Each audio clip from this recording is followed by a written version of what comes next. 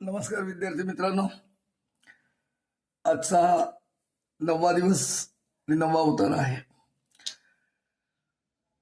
या उतार्यामध्ये आपल्या आयुष्यामध्ये स्पर्धेचं महत्व सांगितलेलं आहे. पहा, प्रतियोगिता प्रधानम इदम युगम जीवने विकासाय प्रतियोगितानां महती उपदेयता वर्तते. मानव प्रतिस्पर्धया एव उन्नतिपथम आरोहति. प्रायशः ये गुणा बालकेषु सुप्तरूपेण विद्यन्ते तेषां विकासाय प्रतियोगिता अनिवार्या एव. यदा बालाः छात्रजीवने अनेकासु प्रतियोगितासु सहभागिनः भवन्ति, यदा भाषण, निबंध, लेखन, चित्ररचना, वादविवाद, क्रीडादीनां प्रतियोगितां तदा एताभिः तेषां क्षमतानां विकास भवति. अतः जीवने सर्वांगीण विकासाय प्रतियोगितासु सहभागः ग्रहीतव्यः. आता पहा बरं, पूर्ण वाक्येन उत्तरत. मानवः केन एव उन्नतिपथम आरोहति. सरळ वाक्य आहे बघा. दुसऱ्या ओळीत प्रतियोगितानां महती उपदेयता वर्तते, यानंतरचं वाक्य उत्तर आहे. मानवः प्रतिस्पर्धया एव उन्नतिपथम आरोहति. दुसरा प्रश्न बघा. जीवने किमर्थम प्रतियोगितासु सहभागी ग्रहीतव्य.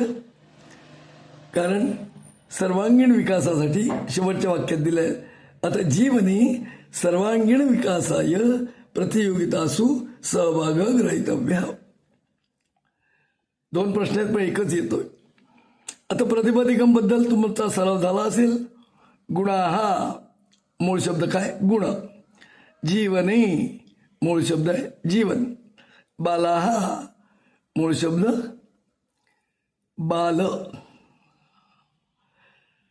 युगम नपुंसकलिंगी शब्द आहे, मूळ शब्द युग. आता तुम्हाला सराव झाला असेल तर ते उत्तर ताबडतोब मिळतील. वाक्यम पुनर्लिखित्वा सत्यम वा सत्यम लिखत. इथे गोष्ट लक्षात ठेवा, वाक्य पुनर्लिखित्व आहे. वाक्य पुन्हा लिहायचं आहे. नुसतं उत्तर देऊन मार्क देणार नाहीत. तेषां विकासाय प्रतियोगिता न आवश्यकी. इथे बघा, एकतर न आलेला असेल किंवा एखादा शब्द दिलेला असेल, बदलून दिलेला शब्द म्हणजे असत्यम वाक्य. इथे आपण आत्तावरती वाचलं आवश्यकी आहे, इथे न टाकलंय म्हणजे हे असत्य आहे. असत्यम लिहायचंय पण वाक्य लिहून. आणि माध्यम भाषायां सरलार्थम लिखत.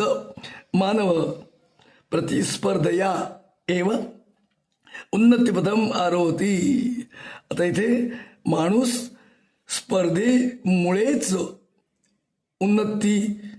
उन्नतीच्या रस्त्यावर जातो, म्हणजे आपली प्रगती करून घेतो. इंग्रजीत कसं होईल? Man only by competition get the success. Okay, हा उतारा आपला झाला.